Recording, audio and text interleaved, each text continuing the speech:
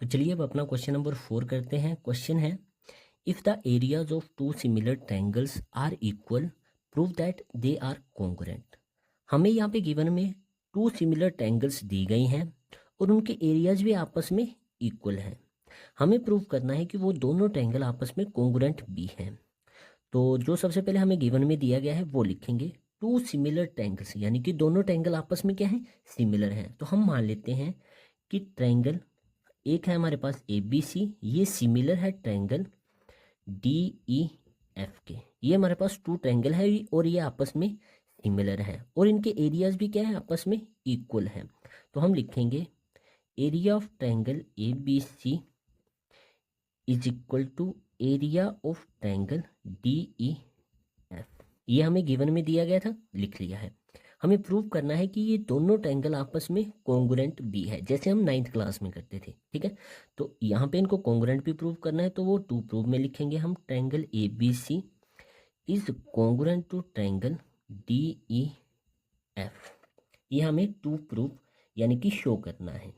अब इस क्वेश्चन को कैसे करेंगे, देखिए सबसे पहले हम क्या करेंगे, इसमें एरियाज को रेशो में लिखेंगे हम। ठीक है, जैसे हमने पीछे क्वेश्चन निकाले हैं, area of triangle A B C upon में सेकंड जो ट्रायंगल है area of triangle D E F. जब भी हमारे पास टू सिमिलर ट्रायंगल हो तो उनके एरियाज की जो रेशो होती है वो बराबर होती है कोरस्पॉन्डिंग साइड के रेशो के होल स्क्वायर के बराबर में। तो यहाँ पे हमारी साइड्स कौन कौन सी आ जाएंगी, इस ट्रायंगल का ऊपर पार्ट आएगा और इस ट्रायंगल के अपॉन में पार्ट आ जाएंगे। तो सबसे पहले ए बी और अपॉन में D E, A B upon D E, ये हमारे पास कोरस्पॉन्डिंग साइड है और इनके रेशो का होल स्क्वायर इसी के बराबर होगा ना इनका एरिया। सेकेंड साइड कौन सी आ जाएगी, बी सी और इसकी E F, B C upon में ई एफ और इसका होल स्क्वायर, ये भी होगी ये भी होगी, बची कौन सी, ए सी और अपॉन में डी एफ आ जाएगा और इसका होल स्क्वायर। इतना क्लियर क्वेश्चन हो गया। अब देखिए नेक्स्ट स्टेप क्या करेंगे, हमें कुछ गिवन में दिया गया है area of triangle A B C, ये किसके बराबर है, area of triangle D E F. तो हम नेक्स्ट स्टेप करेंगे area of triangle A B C upon में area of triangle D E F किसके बराबर है, area of triangle A B C. तो ये वैल्यू हम अपॉन में इसकी जगह लिखेंगे, area of triangle A B C is equal to, ये जो इज इक्वल टू के इस साइड वैल्यूज हैं ये सेम एज इट इज ही लिख देंगे, ए बी अपॉन में डी ई इसका whole square is equal to B C upon में ई एफ और इसका whole square is equal to A C upon में डी एफ और इसका होल स्क्वायर। ये आपस में कैंसिल हो जाएंगे, बचेगा कितना हमारे पास, 1 और नीचे भी 1 आप लिख सकते हैं।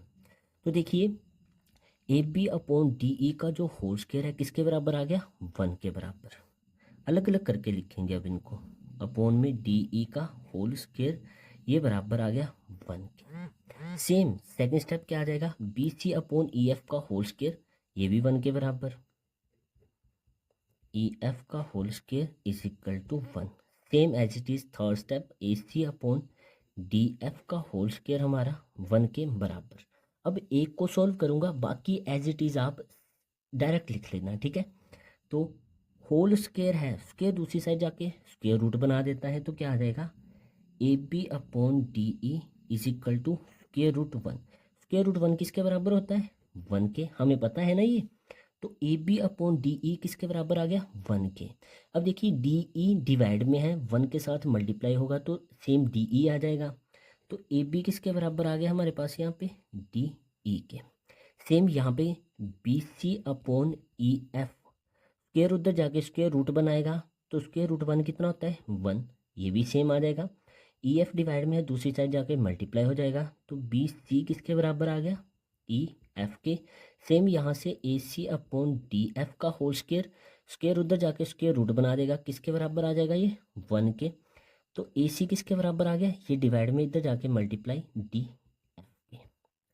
यहाँ तक क्लियर हो गया क्वेश्चन।